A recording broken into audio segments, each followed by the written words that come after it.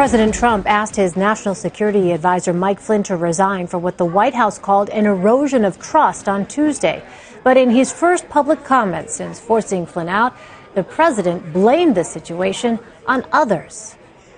Michael Flynn, General Flynn, is a wonderful man. I think he's been treated very, very unfairly by the media, as I call it, the fake media in many cases. And I think it's really a sad thing that he was treated so badly. I think in addition to that, from intelligence, papers are being leaked, things are being leaked. It's criminal action, criminal act, and it's been going on for a long time before me, but now it's really going on. And people are trying to cover up for a terrible loss that the Democrats had under Hillary Clinton. I think it's very, very unfair what's happened to General Flynn, the way he was treated, and the documents and papers that were illegally, I stress that, illegally leaked. USA Today Washington correspondent Paul Singer joins me now. So, Paul, let me ask you, the president emphasized, as we heard, illegal leaks as the problem. How big of a problem are these leaks for the White House? Well, they are a problem, and I think it is fair to make the argument that one of the concerns here for the White House and for anybody in government is what we're talking about in Flynn's case is transcripts of eavesdropped conversations. That is, what we believe happened is that General Flynn was talking with the Russian ambassador.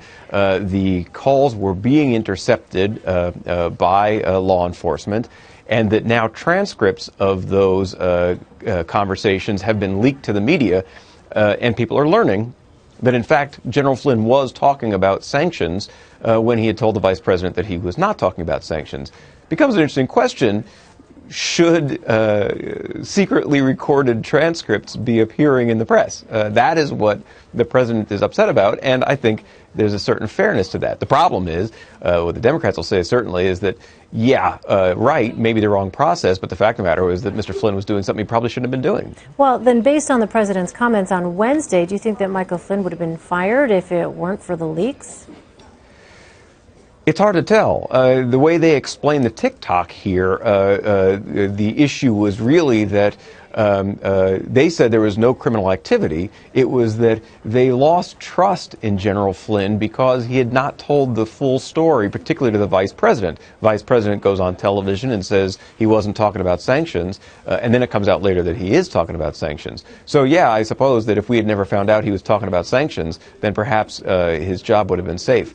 But there was also some question. They clearly learned from the Justice Department that he had not told them the truth. Well, lawmakers from both sides of the aisle are pushing for answers on what led to Flynn's firing. Senator Chuck Schumer called for Attorney General Sessions to recuse himself from any investigation into Flynn's calls with the Russian ambassador. Realistically, do you think that'll happen? No. The challenge... So, for Mr. Schumer, the issue is, well, Sessions was part of the Trump campaign. He was the first senator to endorse Mr. Trump. So how can he properly oversee an investigation of basically the Trump campaign?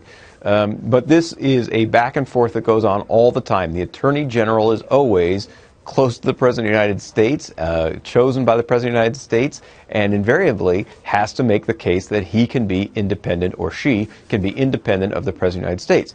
In this case, this actually been a nice demonstration for Jeff Sessions, if he can prove that this investigation can go on without him meddling in it.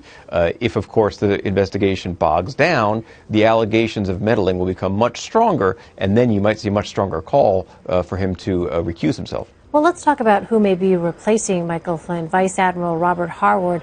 Why would he be a good choice? Well, this is, again, one of those things where he is someone who has more sort of establishment experience and is a better-known figure in Washington. One of the issues with Michael Flynn arriving in the first place is he was seen as kind of a loose cannon.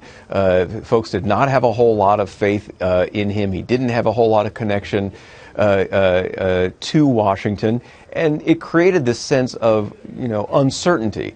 I think what we see with Mr. Howard is someone who is much better known in Washington and considered much less of an unknown figure, which may give some confidence to folks, particularly on Capitol Hill.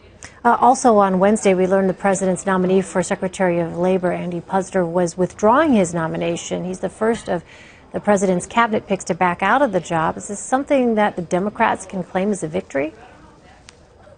Sure. I mean, a lot of Democrats didn't like him in the first place because he was sort of largely opposed to minimum wage increases. They felt he was bad for labor. He was bad for organized labor, which is obviously a core constituency for Democrats. So they were happy to see him go. The issue with Puzder became very, I mean, first there was an issue that he didn't pay. He employed a housekeeper who was a legal alien. Then he didn't pay the taxes, obviously, for that employee. There were some issues about the way workers in his company had been treated. And then finally, there was some apparently ugly divorce records that sort of broke the camel's back.